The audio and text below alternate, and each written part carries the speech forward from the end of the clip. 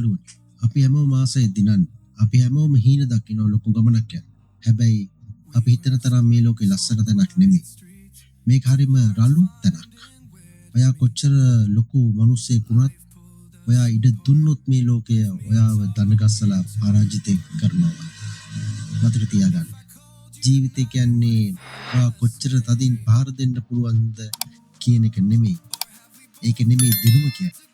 ඇත්තම දිනුම තියෙන්නේ ජීවිතය ඔයාට දෙන්න තරුණ පහරවල් පූලගෙන වැටුණු තැනින් ආපහු නැගිටලා ඉස්සරහට යන්නේ ඒක ඇතුලේ.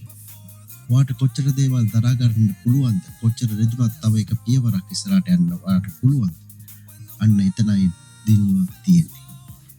පරාජිතය වගේ අනුන්ට ඇඟිල්ල දික් කරලා මට මේක උනේ ආවලා නිසා කියලා කියවන්න එපා. ඒක බයගුල්ලන්ගේ වැඩක්. ඔයා බයගුල්ලෙක් නෙවෙයි මචං. ඔයා වටිනාකම ඔයා දන්නවනම් ගිහින් ඒක දිනා ගන්න. හැබැයි ඒ වෙනුවෙන් ලැබෙන පහරවල් දරා ගන්න ඔයා ලෑස්ති වෙන්න ඕනේ. වැටුණද නැගිටින්න. හිතුණද ඉස්සරහට යන්න.